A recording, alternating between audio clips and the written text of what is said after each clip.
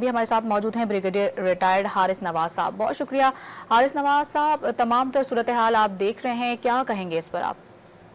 ये एक बहुत ही अनफॉर्चुनेट इंसिडेंट है। बहुत ही गलत हरकत की है इसराइल ने कि एक मुल्क में प्रेसिडेंट की हल्फदारी की तकलीफ में वो गए हुए थे और कल नजर भी आ रहे बैठे हुए, और उसके बाद ईरान के अंदर जाके ये अटैक करना मीन ईरान की सॉवरेनिटी को अटैक करे।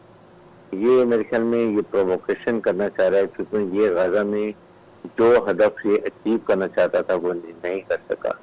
ना वहां पर वो गाजा में हमास को कंट्रोल कर सके, ना वो जिस तरीके से वहां पर चाहता था कि पैलेस्टीन को धकेल दे जॉर्डन की तरफ और इधर ये मिस्र की तरफ, वो भी नहीं कर सका। उसके बाद दिन ब दिन अपनी पॉपुलैरिटी लूज कर रहा है, उसको यूरोपियन यूनियन की भी क्रिटिसिज्म हो रहा है, इवन अमेरिकन का भी बहुत प्रेशर आ रहा है।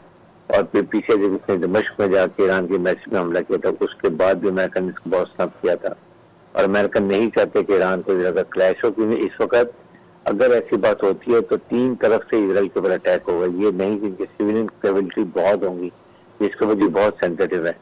इधर लेबनान से हिजबुल्लाह इनके ऊपर अटैक करेगा, उसके बाद हमास गाजा से इन पर अटैक करेगा, और इसके बाद हुती जो है ये यमन से करेंगे, और फिर ईरान का भी इनको ब्रंट लेना पड़ेगा। इसलिए इस वक्त बड़ी खतरनाक सिचुएशन है। ये एक किस्म की एक मुल्क की सॉवरेनिटी पर अटैक होता है कि जब उनके प्रेसिडेंट हल्फदारी हो रही है तो वहां पर मेहमान के तरफ से कहें वहां पर अटैक कर दीजिए।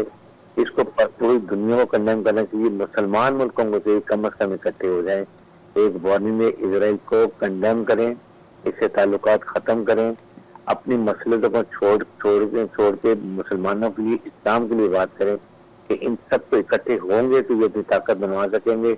वरना इसराइल जिस तरीके से ग्रेटर इसराइल का प्लान कर रहा है वो अपनी अजाइम की तरफ ज्यादा बढ़ता जा रहा है।